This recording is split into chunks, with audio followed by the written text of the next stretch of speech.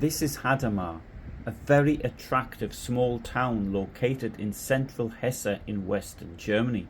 It has a lot of historic old buildings, but what it is best known for is what happened there over a 4-year period at the beginning of the 1940s under National Socialism. Between January 1941 and March 1945, approximately 14,500 people with mental or physical illnesses or disabilities were murdered in the Hadamar killing centre during what was called Operation T4 and the subsequent decentralized euthanasia program. The centre was housed in what is now the old building of the Vitos Clinic for Psychiatry and Psychotherapy. Today, the Hadamar Memorial commemorates these crimes. In this video, I will describe the process that led to the killing centre at Hadamar being set up, and you'll see what it looks like today. You will see the very same buildings where the killings occurred and the gas chamber where the victims were murdered. What may surprise you is that the complex is still used as a hospital, although of course not in the block where the killings occurred. But first of all, let's examine how the process of murdering the sick actually started. The National Socialist idea of euthanasia developed from an idea which might be called the right to die. That is what we would call euthanasia today. If a person has a terminal disease and is suffering, should that person have the right to end that suffering? However, the Nazis expanded this from a mercy death to the destruction of life unworthy of life, and of course it was them who would decide whose life was unworthy of living. This idea in itself comes from eugenicists in the 19th century, above all in the United States and in Germany, so it came about long before the National Socialists actually came to power in Germany.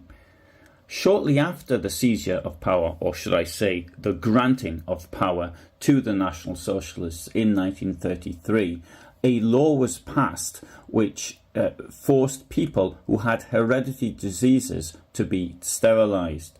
According to Hitler's doctor, Karl Brandt, and Hans Lammers, who was the civil servant responsible for the Reich Chancellery, Hitler had wanted as early as 1933 to kill the incurably ill, but he recognized that public opinion would not accept this. It needs to be made clear that Hitler did actually react to public opinion. He would it was a push-pull. Sometimes when they saw there was a lot of opposition, they would then stop doing whatever it was that they were doing and have a go sometime later.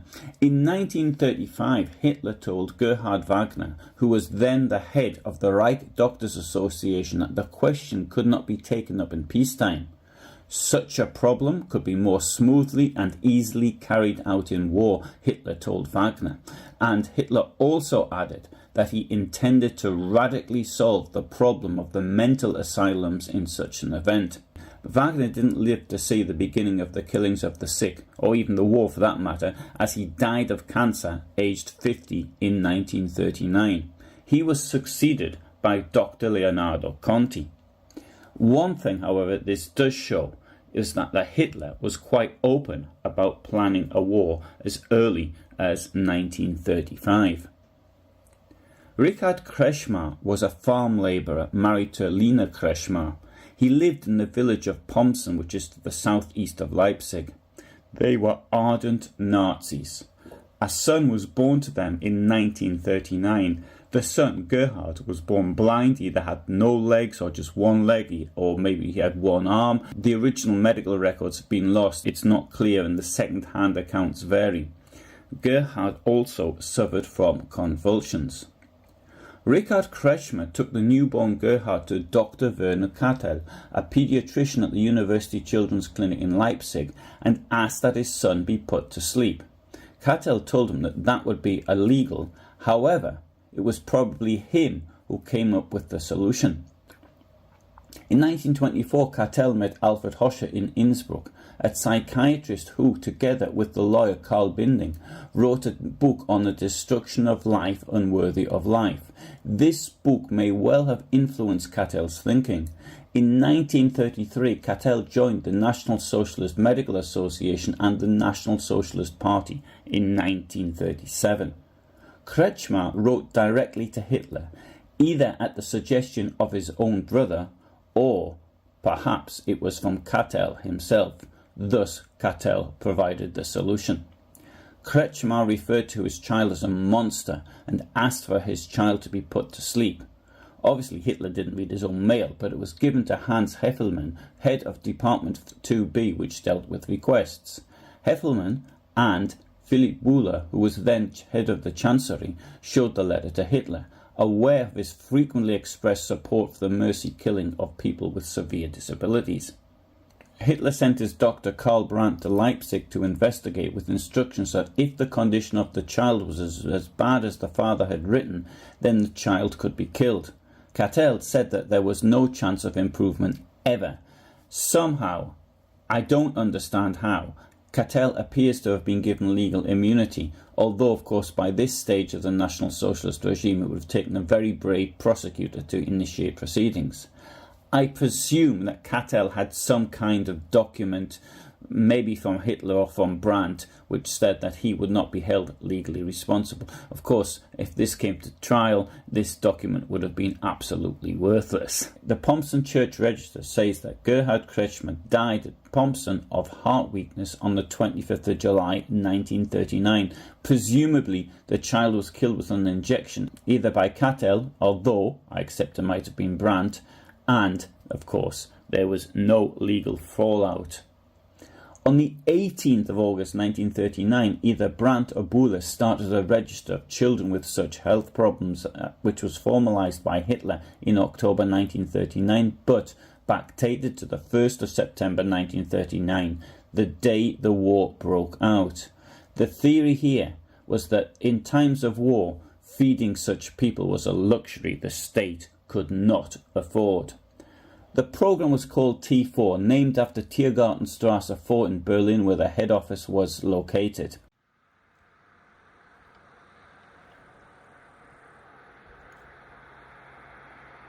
The mass killing of those determined to be incurably sick started at this location in newly occupied Poland.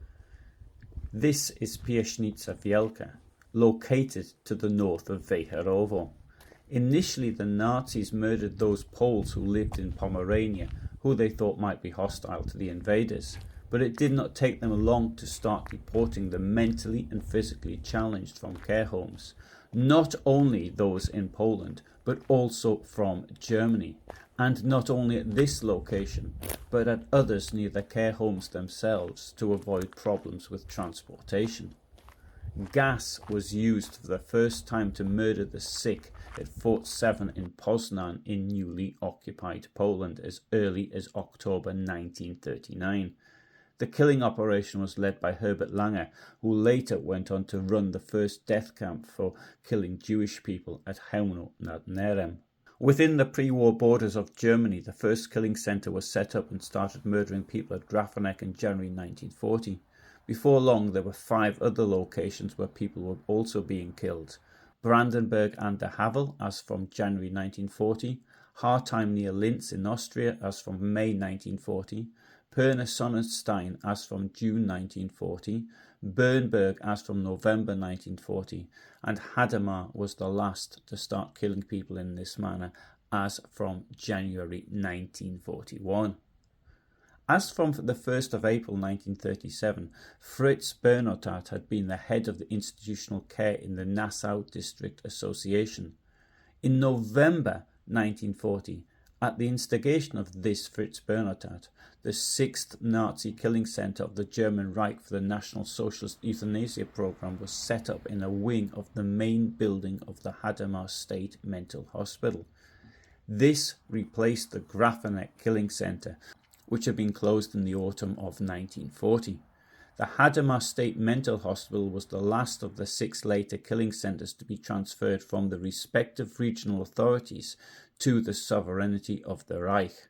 For this purpose, part of the institution was leased by the province of Hesse-Nassau to the Gemeinnützige Stiftung für Anstaltspflege, the Charitable Foundation for Institutional Care, a front organisation of the Führer's Chancery. This so-called charitable foundation was tasked by the Führer's Chancery with carrying out the murder of the sick. The result was a combination of a gassing centre and a state mental hospital.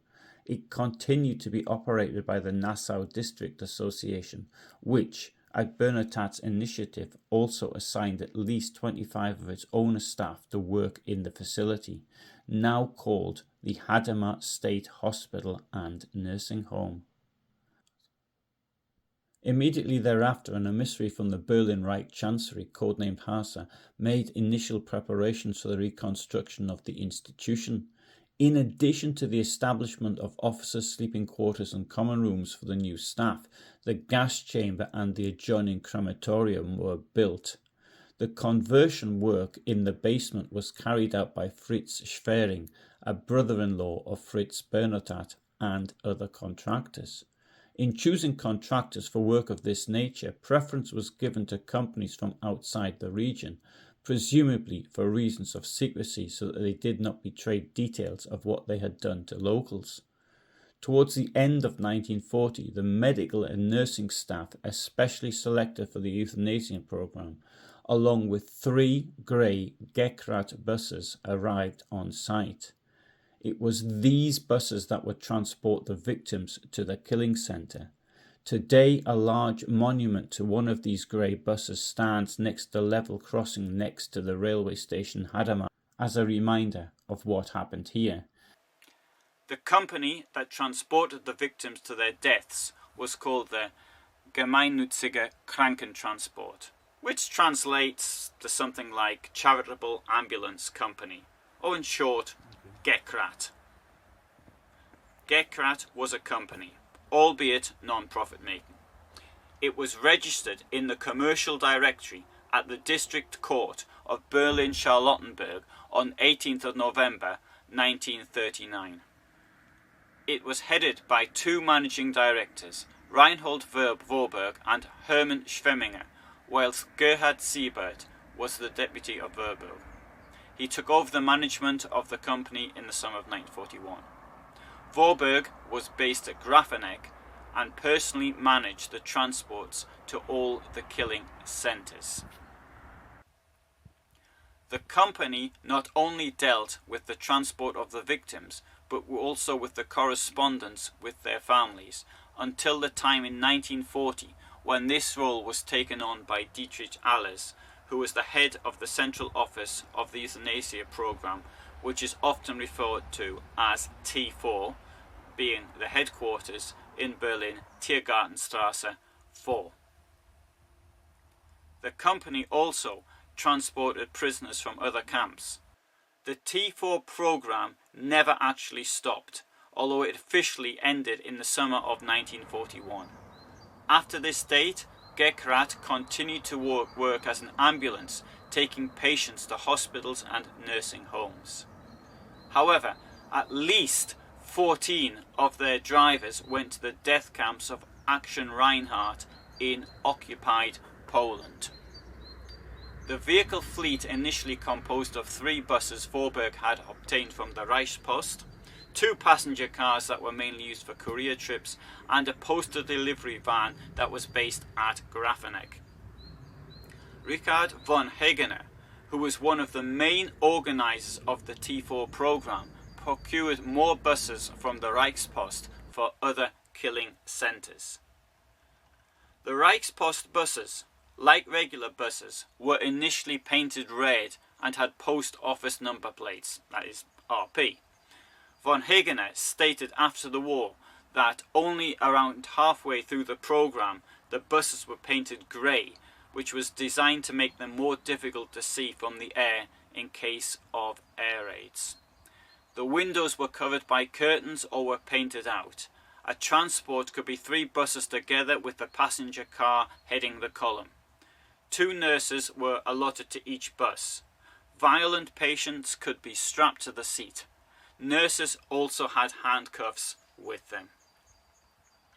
It often happened that people in the street could witness what was going on, For example, at Zwiefalten, where patients were held before being sent to Grafenegg, it was said that the entire village knew what was going on. In Hadamar, residents were able to watch the victims getting out of the bus. In order to prevent outsiders from seeing what was happening, a covered aisle was soon built onto the side wing. If you want to know more about the grey buses, I've done a separate video on this subject. A link will be provided below. As the facility would also work as a hospital, the existing staff was sworn to secrecy regarding what they might end up seeing here. As for those involved in the murders, there was quite a large staff at the killing centre, especially compared to the amount of staff employed at the later death camps. Around 25 people were employed in murdering the sick and destroying their bodies, 7 in transporting the victims, 20 in administration, which included those involved in registration, human resources, office administration, correspondence, which included writing to the families of the victims and returning the ashes, and 20 in cleaning and facilities management, which included those that looked after the buildings and the canteen. The origin of the victims was determined by the catchment area of the Hadamar State Hospital and Nursing Home, which had existed since 1907. From 1941 onwards, people with disabilities and mental illnesses from sanatoriums in the Prussian provinces of Hesse-Nassau, Westphalia, Hanover and the Rhine province, as well as from the states of Hesse, Baden and Württemberg, were murdered in Hadamar. Victims were collected at the hospital of origin where they were being treated. They were collected by a Gekrat bus and brought to Hadamar. Behind the hospital is today a large garage which was rebuilt after the war as part of the exhibition of what happened here. However, the dimensions and form are very similar to the garage that was constructed in 1940. The victims got off the bus inside the garage and then via a short covered walkway they entered the building where they were asked to remove their clothing for an examination. They were given old military greatcoats to cover themselves. At this stage, they were quickly asked some basic questions in order to be sure that the murderers had the right victims and to have a ready reason for the death certificate. It would seem that some were also photographed. Once this was complete, they were led down a flight of steps to a room on the left-hand side in the basement. This was the gas chamber, disguised as a shower.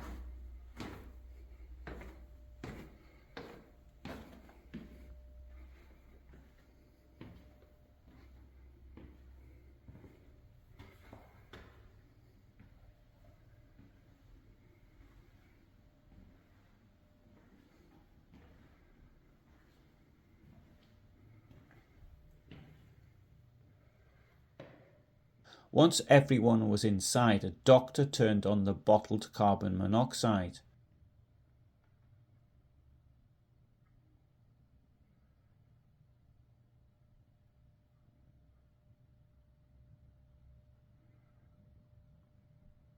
Once the victims were dead, some of the bodies were removed to a nearby room where they were dissected and brains were taken to the University Neurological Clinic in Frankfurt, amongst others, or entire bodies to Professor Werner Haider in Würzburg.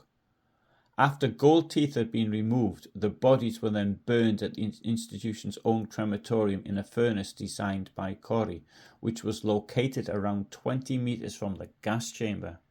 All of this took place in the basement of the building, as you can see in this video. The Hadamar Memorial believes that 10,122 people were murdered here in the first phase of the T4 killings, which lasted up to August 1941. Due to clouds of smoke from the crematorium, the smell of burned corpses and reports from the institution's staff, many of the residents of Hadamar and the surrounding area suspected what was going on. A special registry office in Hadamar Mönchberg was set up in order to send forged death certificates to relatives. So how were the victims chosen? The victims were already in institutions. The Nazis selected those that might be useful to them in how they perceived usefulness. A person who was capable of work might be saved, whereas someone who did not work or whose work was deemed inadequate would not be saved. There was also the behaviour of the person. Those that were considered disruptive, dangerous, restless, or insensitive would be sent to be murdered.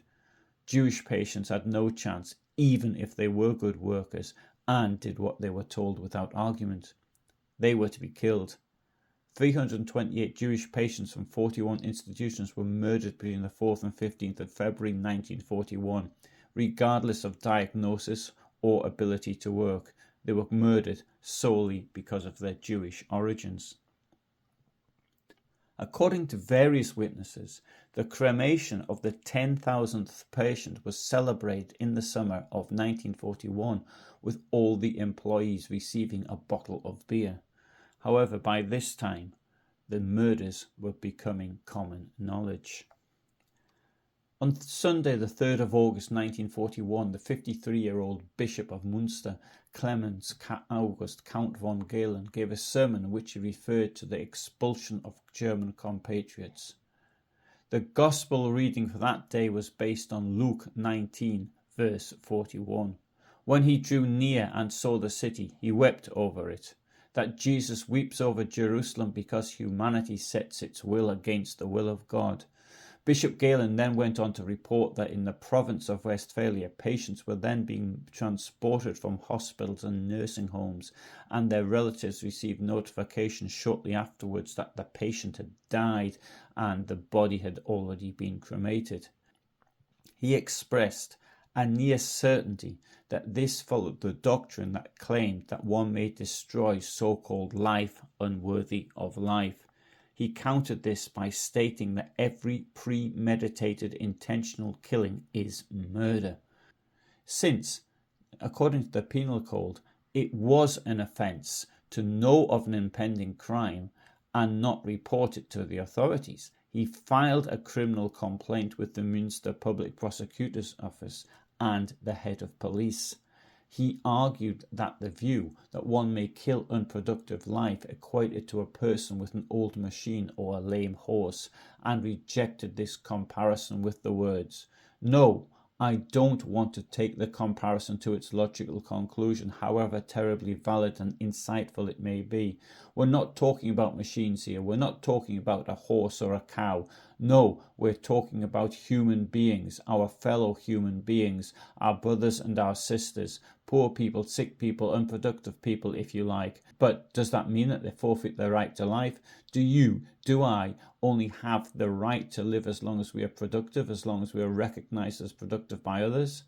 And then he got specific, using language that the National Socialists themselves would have used to describe their Volksgemeinschaft, that is to say, their national community. That the procedure tested on the mentally ill should be extended to other unproductive people, that it should also be applied to the incurably ill with lung diseases, the elderly, the disabled, and severely wounded soldiers, then none of us would be safe anymore. He also referred to the son of a man killed, then the soldier who stands in the field and gives his life for his German comrades will not see his father again here on earth, because German comrades in his homeland have killed him. If one were to establish the principle that one may kill unproductive fellow human beings, then no one's life would be safe. No one could trust their doctor, and general mutual distrust would permeate even families. He countered this by pointing to the unchanged meaning of the fifth commandment, "Thou shalt not kill," and argued that those in power had disregarded the other 10 commandments also, and encouraged their transgression. Therefore the saying, "better to die than to sin," must be taken seriously, with everyone withdrawing from the influence of those who think and act so contrary to God. The sermons were initially disseminated mostly by typewritten sheets within small Catholic groups throughout Germany, but very soon they reached a wider public via workplaces and air raid shelters, where larger numbers of people were increasingly congregating.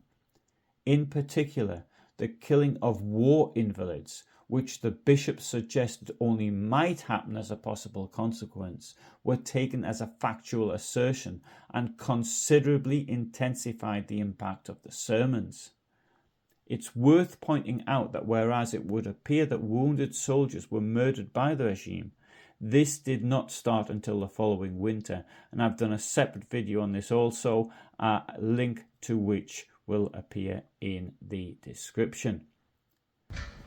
On the 3rd of August 1941, the Bishop of Limburg, Antonius Hilfrich, in whose diocese Hadamar lay, wrote to the Reich Ministry of Justice stating that in Hadamar, it is incomprehensible to the population that acts are being carried out systematically, which according to section 211 of the Penal Code are punishable by death. Nazi judicial authorities reacted very quickly to this letter.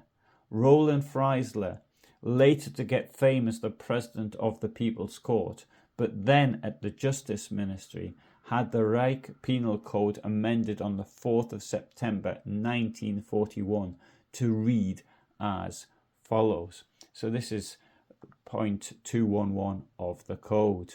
Point 1. The murderer shall be punished with death. Point 2. A murderer is anyone who A. out of bloodlust to satisfy sexual urges or out of greed or for other base motives, B. treacherous or cruel or by means that endanger the public, or C. to enable or conceal another crime, kills a person. Point 3. Where in exceptional circumstances the death penalty is not appropriate, the punishment shall be life imprisonment. Thus the T4 killings were no longer murders according to Reich law. However, it was clear to the authorities that their attempts to conceal the murder of the sick had failed. Further resistance from the churches was to be feared, and so-called euthanasia proved to lack broad public support. On the 24th of August 1941, Adolf Hitler ordered the T4 killings to stop. It would seem that T4 headquarters in Berlin initially believed that this was only a temporary measure and thus left the equipment in place, although the staff were largely posted out. As it happened, it was only a temporary measure, that there was to be a second phase which would be even more deadly, but this time, having learnt the lessons from the first stage, much more secret. At the end of this first phase of the so-called euthanasia program, over 70,000 patients had been killed by gas. The Reich Commissioner for Mental Health and Nursing Institutions, Herbert Linden, was therefore able to determine that the number of patients had fallen by 25% since 1939. His target, however, was to free up a further 60% of hospital beds in psychiatric hospitals for use by bombing victims and wounded soldiers. Thus, the program was to be continued, but not in such an organised way as before. It was to continue until after the fall of the Third Reich. That's right, I said after the fall of the Third Reich. The doctors kept on killing as no one told them to stop. The second stage has been referred to as Operation Brandt.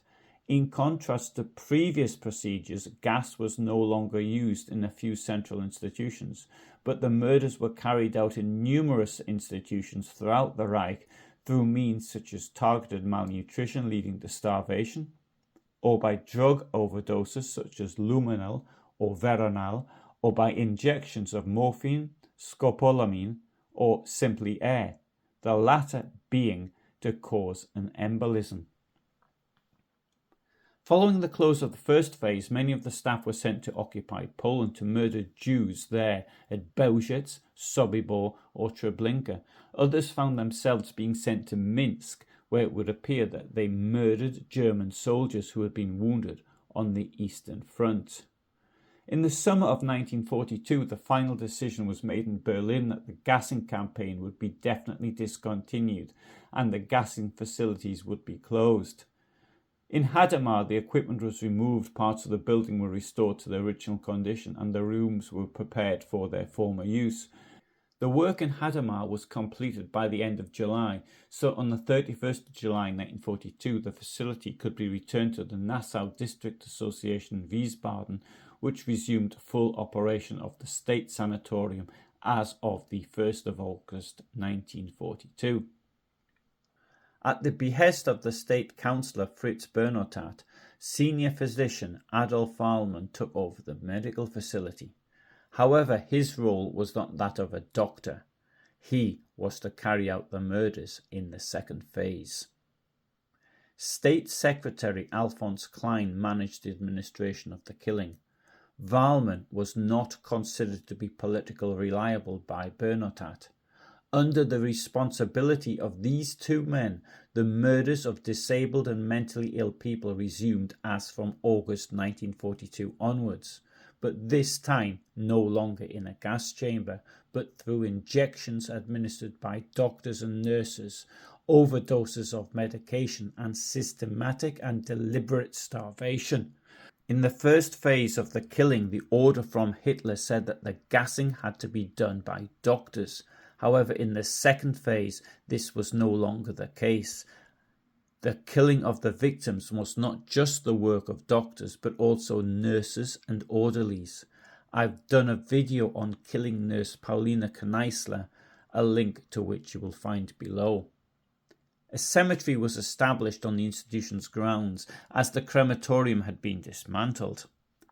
The crematorium's distinctive plume of smoke was no longer present, and when no relatives were there, the victims were buried in mass graves containing up to 20 bodies.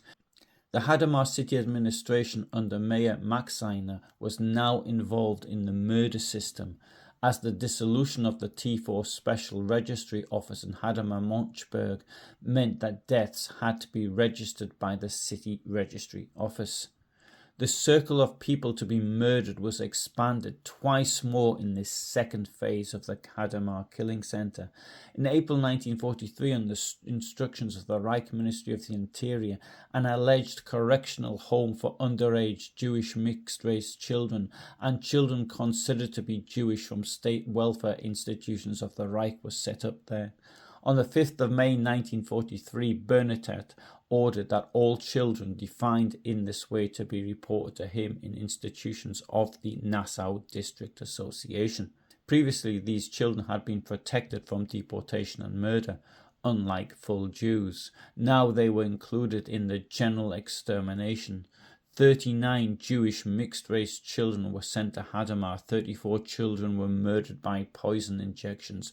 The remaining 5 were released from the institution under vigorous, including legal, pressure from their relatives. Starting at the end of July 1944, Eastern workers allegedly suffering from incurable tuberculosis were murdered by lethal injection.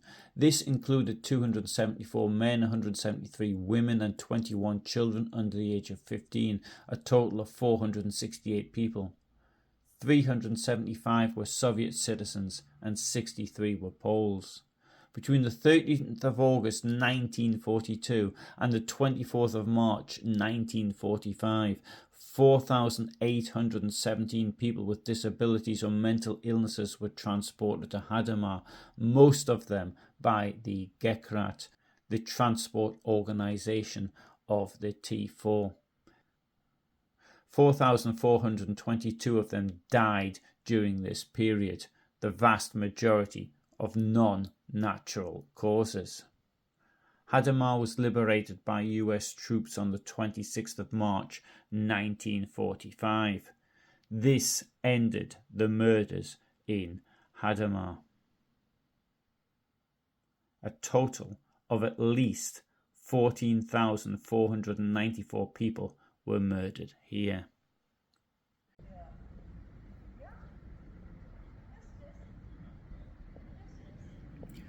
The major source of the information presented here comes from the Hadamar Museum, which is located at the very same location as where the killings occurred. The outer part of the main building is just as it was in 1941. exhibition is in the room where the victims had to disrobe and were given an army greatcoat. The reception is where the victims' photographs were taken and sometimes questioned. One can descend into the basement to see where the gas chamber was and the dissecting room.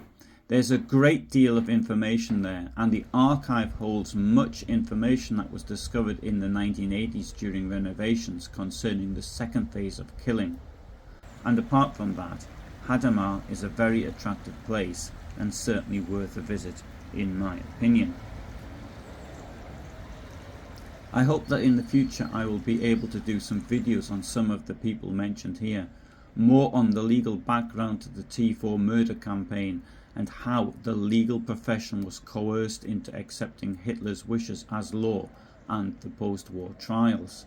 A conference was convened in April 1941 by Franz Schlegelberger as acting Minister of Justice, which in my opinion is very similar to that of Wannsee, and this deserves to be better known. One character who is particularly interesting at Hadamar is Irmgard Huber, who, despite not being a Nazi, nor next in line for promotion, was appointed head nurse in the second stage of the T4 murder campaign. Although she participated in the killing process, it was not as a willing helper, and she attempted to thwart the administration of the murders whenever she could. I upload every day at 2000 hours Central European time. On Tuesdays and Fridays I do longer documentary type videos like this one. On other days there's a short video of up to 3 minutes in length. Most videos concern the Nazi period and in particular the Holocaust. In my videos you can see what these places look like today as I live in Poland and Germany. I also sometimes do live videos. To know what I am uploading, the best way is to subscribe. I also offer channel membership where for £5 or €6 or $6 you get access to now over 800 members only videos. Admittedly most are shorts videos, but there are also some longer ones like this one too. For the moment, all the best from me and thanks for listening.